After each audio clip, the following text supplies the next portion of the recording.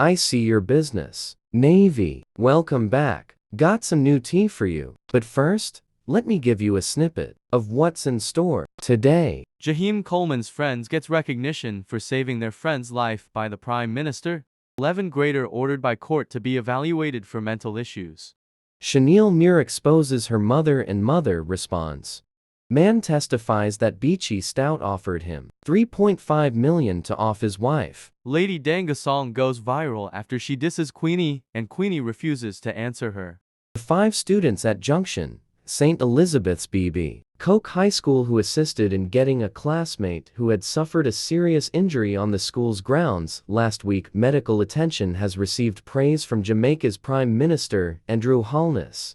Jaheim Coleman, a 14-year-old 8th grader, was knocked out on Thursday, September 28, after a grade 11 student allegedly stepped on his Clark shoes. 5 schoolboys were shown carrying an unconscious Coleman on their feet to the closest hospital in a video that later went viral on social media. According to reports, the kids were unable to receive assistance from public transport at the time of the occurrence. When the 5 boys met Prime Minister Holness on October 3 at Jamaica House, they were welcomed as ambassadors for good. Each of the students, Leon Barnes, Kari Green, Gary Bartley, Daiwan Gordon, and DeJohn Powell, received a laptop and a letter of official recognition. It is unusual for us to witness the kind of reaction we did when the young men from BB Koch helped their fellow student, Jaheim. The degree of social dissonance we observe, especially in our schools and with regard to the use of violence, might occasionally make us assume that the foundation of society's values has been completely destroyed.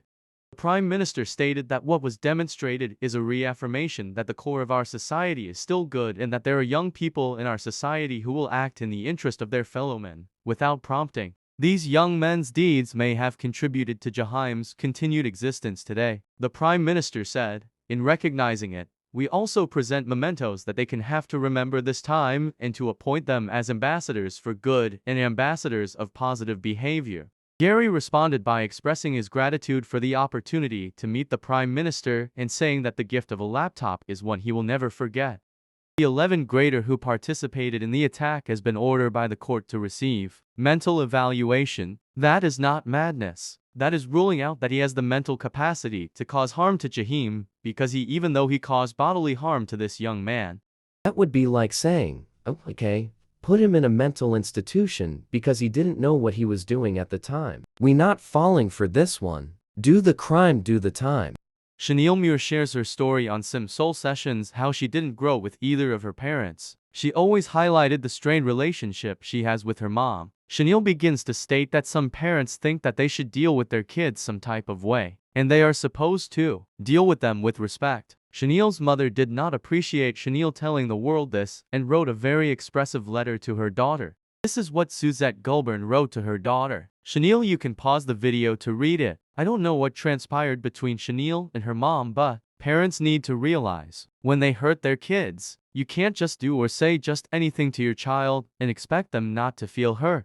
There's been talk about this vendor that has gone viral for her unsanitary hygiene at the Heroes Circle Crab Market in Kingston, Jamaica.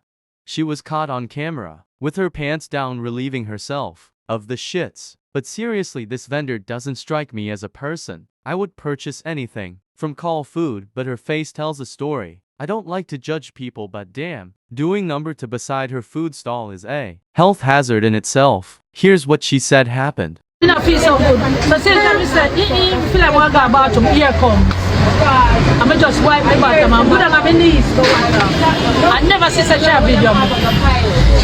Don't show it, Ada. The vendors reluctantly packed. The food and health inspectors are obviously not doing their jobs. They should be doing monthly checks to see if these vendors are keeping up with healthy hygiene practices. This is unacceptable because E. coli bacteria and salmonella are 2 things that can seriously cause hospitalization. Even though Heroes Circle has been closed because of this, this might have been going on for some time for her to be comfortable doing this. After hiring him to kill his wife, Portland businessman Everton Beachy Stout McDonald presented her to him, saying she wanted a pistol to kill the guy who had killed her father, according to the now incarcerated fisherman's testimony. Fisherman from Portland Denville in Minute also known as Bubla, claimed that MacDonald and his wife came to see him at home and that after introducing himself, MacDonald informed him of his wife's desire. The witness claimed that during the interaction, Beachy gave him a Trucia talk and informed him that the subject was residing in Buff Bay in his home.